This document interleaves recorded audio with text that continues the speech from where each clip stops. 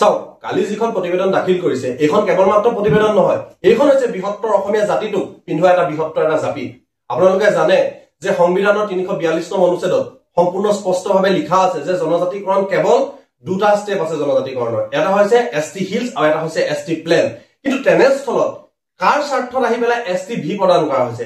ST V মানে কি আমি সেইটো কথা এতিয়ালৈকে গম পোৱা নাই, কিন্তু এছটি ভি দি পেলাই আমাক কেৱল 26ৰ নিৰ্বাচনৰ বৈতৰণিটো পাৰ কৰিবলৈ কিবা ভেলেকিবাজি মাৰিছে। এই ভেলেকিবাজি আমাৰ কোনো প্ৰয়োজন নাই। One state one tribe one ST আমি সকলোৱে জানো আৰু সকলোৱে আমি প্ৰত্যেকবাৰে কৈ আহিছো। তেনেস্থলত কিয় গোৱালপাৰা জিলা লৈ পেলাই আমাক এক ভাগ বতৰা কৰা হৈছে?